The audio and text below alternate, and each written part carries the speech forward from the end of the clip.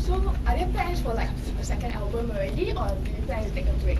I think not take a break. We don't like breaks. Okay. Not into that. No, we want to tour the album Chapman Square a lot more. Like it's sort of been like 4 or 5 years of work. So, and we're just starting to get a name for ourselves, like in places like Asia. Like we've come over here, and people are just starting to get onto it and starting to have a bit of success in that. So, we just want to tour that. We want to make sure that everyone hears that first before we do anything else. But we are writing new music, and we've got some new songs to come, some new material in the near future, and our best songs yet, I think. Okay. I would like to ask about the songwriting process. How do you guys come together and write the songs? Do you guys each write a song, or do you guys all come together and write one song, or how does it work? It tends to be Andy that writes most of it. Like there's the odd one we write together, like Standing in the Dark, me and Andy wrote together. Yeah. But Andy will usually write, like the bones of the song, and then he'll bring it to us, and we'll fill it in and make the whole song like a Lawson song sort of thing. So yeah, that tends to be the process. It's like he'll get the basics, and then we'll put it all together. Alright, so you guys, Taylor Swift has mentioned that she's a fan of you guys. How did that feel? That was pretty awesome. She's incredible. We love her music and always have, And we all fancy her. we all fancy her and want to marry her as well. But she, we were doing a show at the O2 in London, and she just so happened to be in the crowd, and she came up afterwards and just said that she was a fan of Standing in the Dark, our song. Said that she loved the song and loved the band, and that she'd watched their YouTube videos, and we were all kind of stood there like, this is what we're supposed to be saying to you, not what you're supposed to be saying to us. I remember thinking I saw her at the side of stage. It was at the O2 Arena in London, like huge arena, and I remember just looking down to the side of the stage and being like, that looks like Taylor Swift. And ignore it. And then at the end of the gig, she was like, oh yeah, I was watching you from the side of the stage, and I was like, it was you. Crazy. Yeah. She's lovely. She's really nice, and she's really talented as well. So taking off from what she said, you've toured with Taylor Swift, Jessie J, such big artists. So what did you learn from her as personally and professionally? Jessie J, we you just watch it. They never really give you advice, but just watching artists like that is really inspirational, because you just kind of pick up things like from watching them on stage, and how they are with the crowd, and how they act before and after they get on stage and come off stage, just like the whole professionalism of an artist of that size. So yeah, like she takes really good care of her voice. Jessie does. Like she was telling us about how she doesn't drink, doesn't do any of that. Like really protects her voice, like cools down, warms up, all that sort of thing. So yeah, she was an inspiration in that sort of way, like how professional she was. I remember you guys dressing up as Jessie J too. Oh yeah, that was an interesting day. Yeah, that was fun. Yeah. That was very fun. I've never felt more naked in my life. Just standing there in a catsuit, skin tight, just like thousands of people. Just yeah, but it was good great fun. though, for a great cause. Yeah, for charity. So. Yeah, thanks to Jessie for getting us involved in that. It was cool.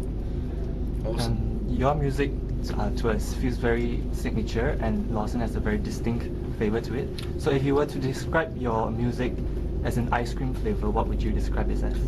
It's an ice cream flavour? Yeah. Neapolitan. What's that? The mixture of strawberry, vanilla and chocolate. With a dash of pistachio. What's that? Pistachio. I don't know. Yeah, go with that flavour. Why Pistachio, not? yeah? Yeah. No. Oh, Neapolitan. Neapolitan. Yeah. I like it. Why? Just because we blend It's got things a in blend there, of our yeah. personal experience, of all of our personal experiences together. Oh. Yeah. Neapolitan. Great all the way. question. It is your first time here, right? So what the Malaysian food that you want to try? What Malaysian foods do you want to try? Everything. What was the soup? Is it Kway Kway-teow? Teow. Yeah, that one. I'll never get that right. I keep What saying is it? Kway Teow soup, yeah. We like spicy food. Anything like spicy. We love spicy food. Spicy is great. If it's spicy, Nasi lemak. I'm you want in. to try? Sorry? Nasi lemak. Yeah, we tried that as Yeah, well. we did. Yeah, and the deep fried like dumplings as well. Oh, Banana fritters. Oh, banana fritters. Oh, They wow. were cool, but what they called the pastry, the wontons. One Oh. time. Yeah, amazing. Oh, and the satay as well. Yeah, Satay. satay. Yeah, wow, It's amazing. all really good, and I love the blend of cultures. Char kway teow, yeah. Char that's kway good. teow. The fried noodle like pad thai. Yeah, Yeah. I like that. Chow kway teow. It's a yeah. great blend of culture here, all the different foods that you have from all the different places are really amazing. It brings great food, so we love it. We're enjoying it. Okay.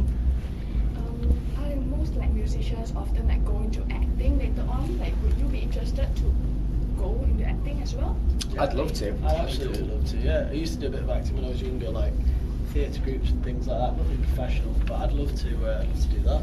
I'd love to. I'd probably be terrible at it. Oh yeah, it'd be awful. I'd like to think that I'd be an amazing actor, but like Justin Timberlake kind of style. But I don't think I ever would be good at it. So I probably should just stick to being in a band. But yeah, it'd be great.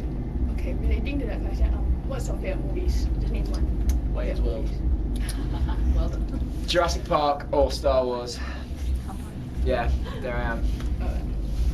Okay, so I know you guys have spoken for The Wanted.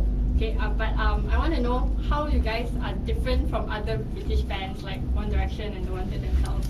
I think with bands like One Direction and The Wanted, they're like boy bands, which is fair enough. But I think, you know, I definitely wouldn't put us in the same category as that. I'd say if we were going to compare ourselves to another British band, I'd say Coldplay, because like obviously The Wanted and One Direction have been put together. They have like the songs written for them, and it's just kind of very manufactured. Whereas we are. We've been together for like 5-6 years. We write everything ourselves, and we've worked our way up over the years. So I'd say we were very different to them in that respect. The fact that, you know, we've worked our way up gradually, and we write everything. And when you see us live, everything you hear on stage, like we are the band. Everything you hear is coming from us. So it's always a bit weird when people compare us to bands like that, because like you never really see those guys holding an instrument or anything like that. So I think we sort of stand on our own where that's concerned. There's not a lot of bands coming out of Britain at the minute, like Mumford & Sons, I suppose, but not recently. Okay, so from when you first started and now, what has changed? Like, what would you say is probably the most standout?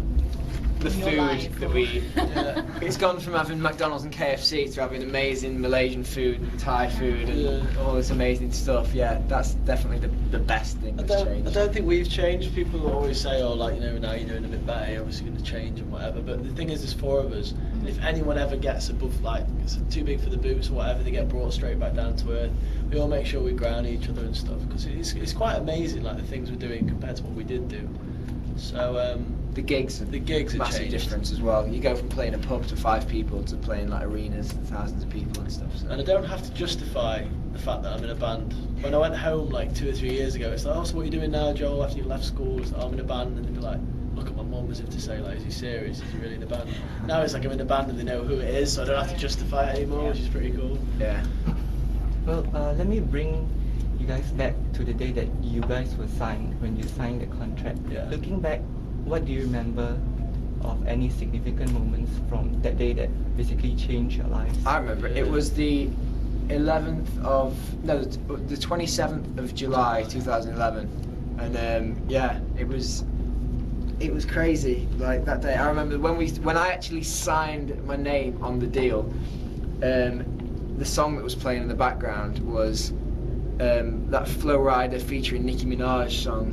What was it called? I can't remember. Where she that comes, is. you know the one I mean. Oh God, what was it called? Where Them Girls At? It was that song, Yeah. and that was playing when I actually signed my name on the deal. So I remember everything about that day, and then straight away went to Nando's. As soon as we did it, we went straight to Nando's, I remember when we found out. and I could then afford a Nando's. Yeah, exactly. Yeah, you just went and bought one. Like. Yeah. But I remember when we found out we were going to be signed, like before we even signed the deal and stuff, I remember we were in my apartment and Andy was like homeless at the time. He was like sleeping on my floor in the living room. And I just remember hearing his phone ring, and that woke me up and that woke him up, and I heard him like trying to make himself sound more awake. And, At 1 p.m. in the afternoon. Yeah, actually, yeah, we didn't have a lot on that day. And I remember just sitting in bed, and I knew exactly who was ringing the phone. We knew that we might, you know, whether we wouldn't get a deal or not. And I was just sat in bed with my fingers crossed, like, please let this be good news. And it really was. And yeah, so here we are now, which is incredible. Very lucky. And picking up from there, congratulations on your singles doing very well on the charts. Oh, thank you. And I'd just like to know, how do you guys select which song to be a single from your album? I think a lot of it was down to like fan response from live shows and things like that.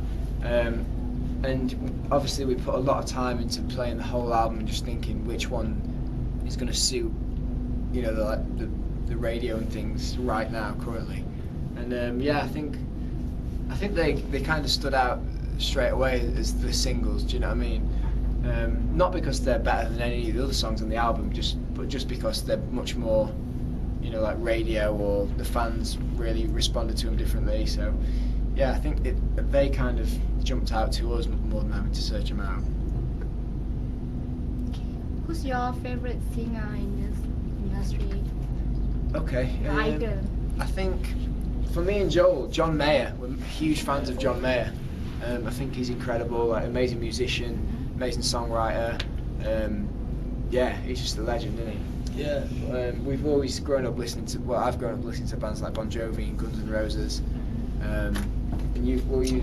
Yeah, I love the Eagles, and Stevie Wonder. My dad listened to a lot of Stevie Wonder, and then more recently like Incubus and stuff. I heard Incubus playing a lot on radio here, which is really cool because they don't get played at home that much, and I love Incubus. So yeah.